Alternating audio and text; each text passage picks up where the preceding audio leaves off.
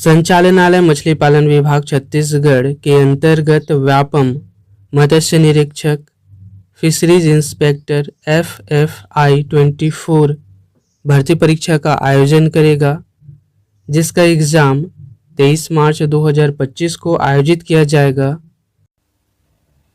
मत्स्य निरीक्षक fisheries inspector इस syllabus का यह चैप्टर 11 है, सॉइल एंड वाटर केमिस्ट्री। इसके अंतर्गत दिए हुए टॉपिक को समझते हैं।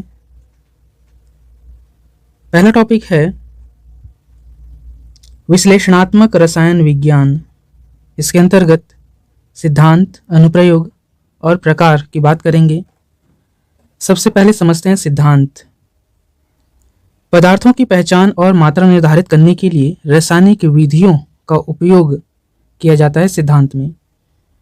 अनुप्रयोग पर्यावरण निगरानी, खाद्य विश्लेषण, औद्योगिक गुणवत्ता नियंत्रण और चिकित्सा निदान शामिल है अनुप्रयोग में। गुणात्मक विश्लेषण पदार्थों की पहचान करना गुणात्मक विश्लेषण के अंतर्गत आता है। मात्रात्मक विश्लेषण पदार्थों की मात्रा निर्धारित करना मात्रात्मक विश्लेषण के अंतर्गत आता है। और बात करें प्रकार की तो यह है स्पेक्ट्रोस्कोपी, क्रोमेटोग्राफी, ट्राइटेशन और इलेक्ट्रोकेमिकल विश्लेषण। सेकेंड टॉपिक है जल का रसायन विज्ञान। घुली हुई गैसें, प्राकृतिक जल को प्रभावित करने वाले कारक, अम्ल, क्षार, लवण, हाइड्रोजन आयन, pH और बफर की आधुनिक अवधारणा और जल का विश्लेषण। चलिए इस पर बात करते हैं। जल की संरचना ध्रुवीय अणु और उत्कृष्ट विलायक होते हैं। जल घुली हुई गैसें ऑक्सीजन, कार्बन डाइऑक्साइड, नाइट्रोजन, तापमान, दाब और जैविक गतिविधियों से प्रभावित होते हैं। क्या क्या घुली हुई होती है? ऑक्सीजन, कार्बन डाइऑक्साइड, नाइट्रोजन, और यह ताप, दाब और जैविक गतिविधियों से क्या होते हैं? प्रभावित होते हैं। अम्ल क्षार संतुलन pH और बफर सिस्टम द्वारा नियंत्रित होते हैं। अम्ल क्षार संतुलन। हाइड्रोजन आयन pH को निर्धारित करते हैं और जलीय जीवन के लिए महत्वपूर्ण होते हैं। Hydrogen ion. जल विश्लेषण pH, घुली हुई ऑक्सीजन, पोषक तत्व और प्रदूषकों का मापन, इसमें जल विश्लेषण का उपयोग किया जाता है। थर्ड टॉपिक है मिट्टी की विशेषताएं। मिट्टी की उत्पत्ति और प्रकृति, मिट्टी के भौतिक गुण, मिट्टी का रसायन विज्ञान, जलीय कृषि के लिए मिट्टी की गुणवत्ता, मानदंड, आवश्यकताएं। चलिए इसके संबंध में समझते हैं। मिट्टी की उत्पत्ति चट्टानों का अपक्षय और जैविक पदार्थों का संचय के कारण मिट्टी की उत्पत्ति होती है। भौतिक गुण बनावट, संरचना, घनत्व, जल धारण क्षमता इत्यादि का अध्ययन किया जाता है भौतिक गुण में। मिट्टी का रसायन विज्ञान pH, पोषक तत्व, कार्बनिक पदार्थ और विनिमय क्षमता इत्यादि के संबंध में अध्ययन किया जाता है, जानकारी प्राप्त की जाती है मिट्टी के रसायन विज्ञान में। जलीय कृषि के लिए मिट्टी की गुणवत्ता pH, बनावट, पोषक तत्व और विषाक्त पदार्थों की अनुपस्थिति ये आवश्यक है मिट्टी की गुणवत्ता के लिए। मिट्टी की प्रकृति मिट्टी कई खनिजों और जैविक पदार्थों का मिश्रण होता है। ठीक है, मिट्टी क्या होता है? कई खनिजों और जैविक पदार्थों का ये मिश्रण होता है। नेक्स्ट है प्राकृतिक जल को प्रभावित करने वाले कारक, फैक्टर्स अफेक्टिंग नेचुरल वाटर्स। तापमान घुली हुई ऑक्सीजन रासायनिक प्रतिक्रियाओं और जैविक गतिविधि को प्रभावित करता है। प्रकाश संश्लेषण और जलीय पौधों की वृद्धि को प्रभावित करता है। पोषक तत्व क्या करता है? नाइट्रोजन, फास्फोरस जलीय उत्पादकता को प्रभावित करता है। पोषक तत्व। प्रदूषक औद्योगिक अपशिष्ट, कृषि अपवाह और सीवेज प्रदूषक की श्रेणी में आते हैं। भौगोलिक स्थिति जल की रासायनिक संरचना को प्रभावित करती है। जलीय कृषि के लिए मिट्टी की गुणवत्ता मानदंड आवश्यकताएं। Soil quality criteria requirements for aquaculture. PH, इसके संबंध में हम बात कर चुके हैं, उपयुक्त होना चाहिए। बनावट पानी की धारण क्षमता और पोषक तत्वों की उपलब्धता को प्रभावित करता है। कार्बनिक पदार्थ पोषक तत्वों और माइक्रोबियल गतिविधि को प्रभावित करता है। विषाक्त पदार्थों की अनुपस्थिति, भारी धातुएं और कीटनाशक, ये विषाक्त की श्रेणी में आते हैं, भारी धातुएं और कीटनाशक।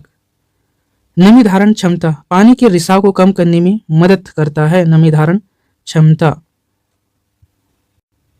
फिशरीज इंस्पेक्टर मत्स्य निरीक्षक के सिलेबस का चैप्टर 12 है फंडामेंटल्स ऑफ माइक्रोबायोलॉजी। चलिए इसके अंतर्गत दिए हुए टॉपिक्स को समझते हैं। पहला टॉपिक है सूक्ष्मजीव विज्ञान में मील के पत्थर, माइलस्टोन इन माइक्रोबायोलॉजी।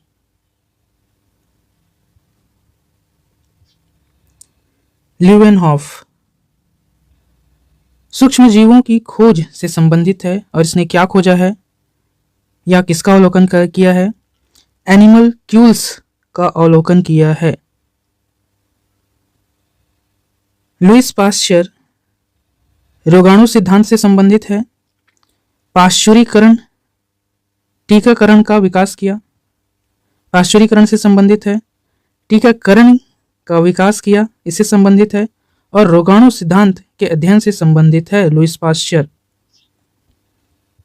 अगला है रॉबर्ट कोच रोगों के रोगाणु सिद्धांत को स्थापित किया। कोच के अभिधारणाओं का विकास किया। अलेक्जेंडर फ्लेमिंग पेनिसिलिन की खोज की। जोसेफ लिस्टर एंटीसेप्टिक सर्जरी की शुरुआत की, जोसेफ लिस्टर ने।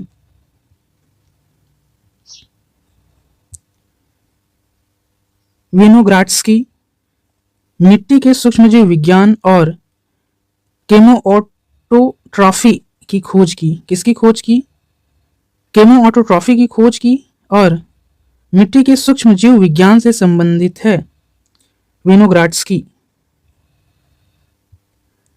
अगला टॉपिक है माइक्रोस्कोपी, उज्ज्वल क्षेत्र, अंधेरे क्षेत्र, चरण विपरीत, स्टीरियो, SEM और TEM के सिद्धांत और निर्माण के संबंध में नीचे दिया हुआ है। उज्ज्वल क्षेत्र ब्राइट फील्ड क्या है? प्रकाश का उपयोग करके नमूने को रोशन करना, सरल और सामान्य उपयोग है यह। अंधेरे क्षेत्र डार्क फील्ड अप्रत्यक्ष प्रकाश का उपयोग जीवित सूक्ष्मजीवों के अवलोकन के लिए उपयोगी होता है। चरण विपरीत फेज कंट्रास्ट प्रकाश के चरण में अंतर का उपयोग जीवित कोशिकाओं की आंतरिक संरचनाओं को देखने के लिए किया जाता है।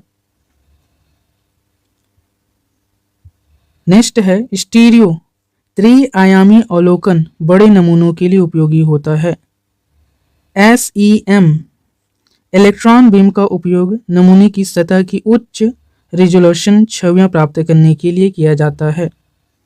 TEM इलेक्ट्रॉन बीम का उपयोग नमूने की आंतरिक संरचना की उच्च रिजोल्यूशन छवियां प्राप्त करने के लिए किया जाता है। नेक्स्ट है सूक्ष्मजीव वर्गीकरण, वर्गी और आणविक वर्गीकरण।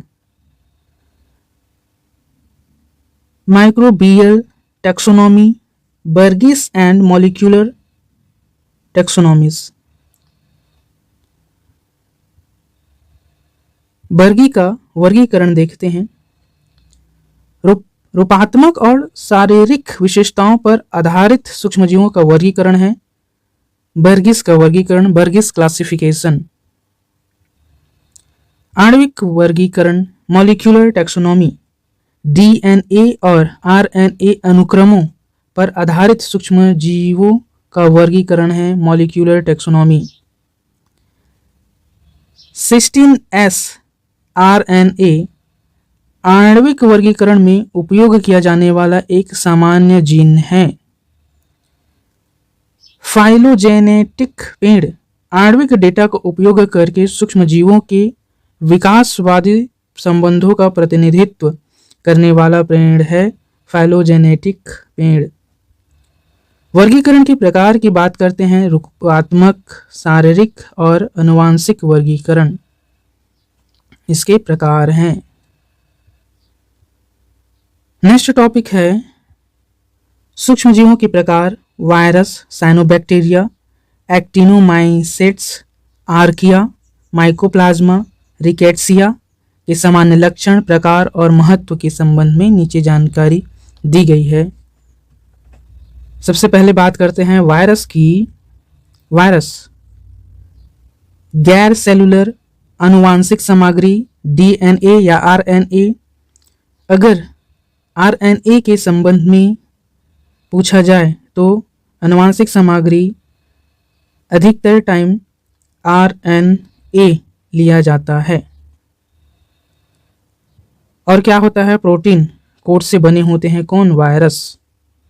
साइनोबैक्टीरिया प्रकाश संश्लेषक बैक्टीरिया ऑक्सीजन का उत्पादन करते हैं। एक्टिनोमाइसेट्स मिट्टी के बैक्टीरिया एंटीबायोटिक्स का उत्पादन करते हैं। आर्किया चरम वातावरण में पाए जाने वाले सूक्ष्मजीव, प्रोकैरियोटिक है आर्किया।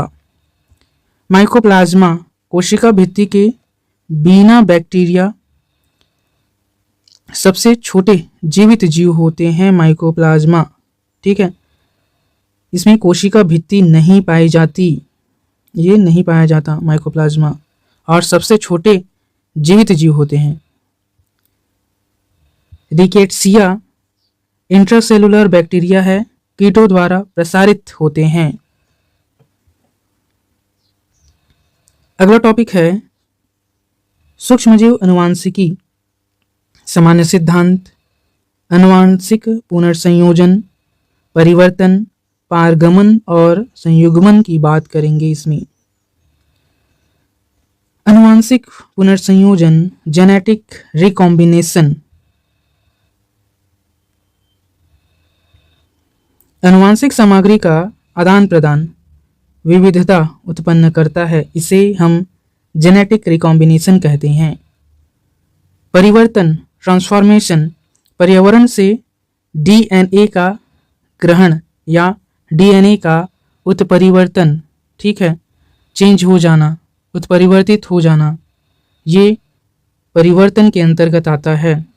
पारगमन, ट्रांसडक्शन, बैक्टीरियोफेज द्वारा डीएनए का रूपांतरण होना पारगमन कहलाता है। संयुग्मन, कंजंक्शन, प्लाज्मिड का प्रत्यक्ष स्थानांतरण संयुग्मन, कंजंक्शन कहलाता है। सामान्य सिद्धांत, डीएनए प्रकृति, प्रतिलेखन और अनुवाद इसके सामान्य सिद्धांत है। नेक्स्ट टॉपिक क्या है, जलीय सूक्ष्मजीव विज्ञान। जलीय सूक्ष्मजीव विज्ञान का परिचय और दायरा। Aquatic microbiology, introduction and scope of aquatic microbiology. परिभाषा की बात करते हैं, जलीय वातावरण में सूक्ष्मजीवों का अध्ययन जलीय सूक्ष्मजीव विज्ञान कहलाता है। दायरा क्या है इसकी, जल की गुणवत्ता, पोषक तत्व चक्र, रोग और जैव प्रौद्योगिकी दायरा है इसकी। महत्व, जलीय पारिस्थितिकी तंत्र के स्वास्थ्य और उत्पादकता को बनाए रखने में सूक्ष्मजीवों की भूमिका में महत्वपूर्ण भूमिका निभाता है। सूक्ष्मजीवों की भूमिका, पोषक तत्वों का चक्रण, अपघटन और प्रदूषण नियंत्रण इसकी भूमिका है। अनुप्रयोग की बात करें, एप्लीकेशन की बात करें, जलीय कृषि, जल उपचार और जैव उपचार इसके अनुप्रयोग हैं।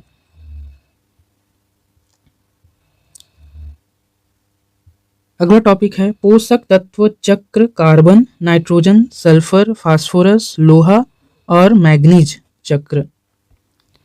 कार्बन चक्र प्रकाश संश्लेषण और श्वसन के माध्यम से कार्बन का प्रवाह है।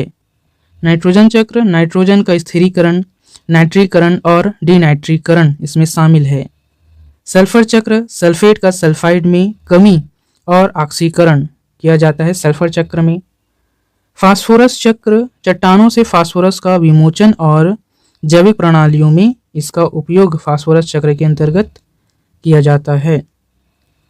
लोहा और मैंगनीज चक्र ऑक्सीकरण और कमी प्रतिक्रियाओं के माध्यम से इन धातुओं का प्रवाह है। लोहा और मैंगनीज चक्र। यदि आपका कोई क्वेश्चन है या कोई एडवाइस है तो हमें कमेंट में लिख भेजिए। आप हमें सपोर्ट करने के लिए चैनल को सब्सक्राइब कर बेल आइकन को ऑन कर दीजिए ताकि आप तक न्यू वीडियो का नोटिफिकेशन पहुंच सके।